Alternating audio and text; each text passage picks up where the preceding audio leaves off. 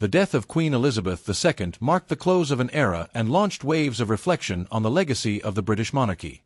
As tributes to her reign flooded in, the discourse extended beyond her individual achievements to the deeper history entwined with the crown.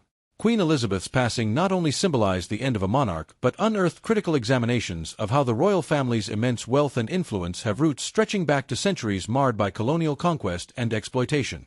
From the outset of Britain's entry into the transatlantic slave trade under Queen Elizabeth I's sanction in the 16th century, the monarchy's complicity in one of history's greatest human rights violations was established. This legacy expanded under King Charles II, who chartered the Royal African Company, directly profiting from the trade of enslaved Africans.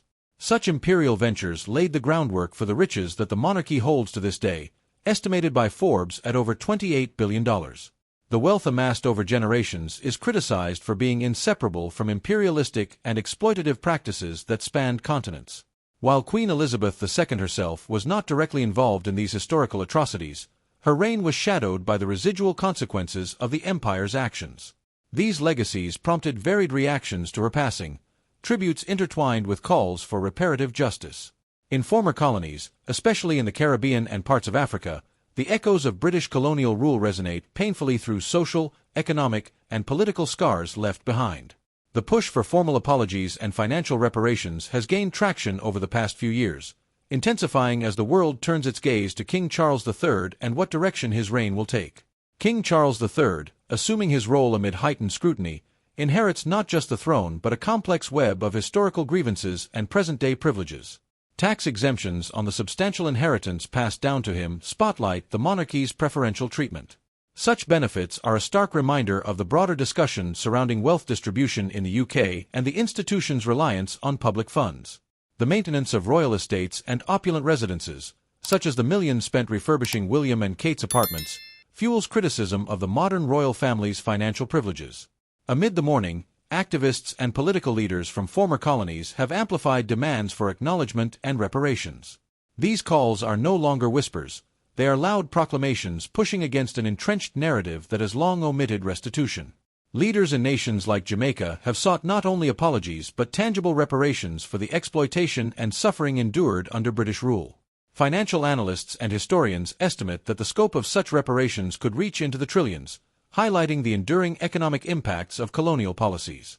The royal family's response, particularly that of King Charles III, will be pivotal in shaping the monarchy's relevance in a rapidly changing world. Past gestures, such as Prince William's expressions of sorrow over the legacy of slavery, have been viewed as insufficient. The absence of formal apologies or substantive action has amplified criticism, positioning the monarchy at a crossroads between preserving tradition and pursuing meaningful atonement. Modern public opinion is increasingly polarized, with a blend of reverence for royal traditions and growing impatience for change.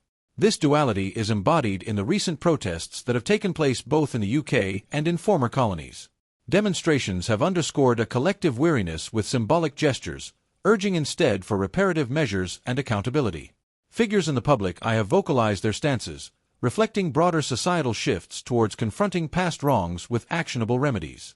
As King Charles III settles into his new role, the demands for transparency and proactive engagement with historical accountability persist. The world watches to see whether his reign will signify a continuation of symbolic gestures or an era defined by substantial moves toward justice and reparative policies. The response he and the royal family choose will determine whether the British monarchy adapts to retain its relevance or continues to face calls for its restructuring in an era increasingly defined by social justice and historical reckoning.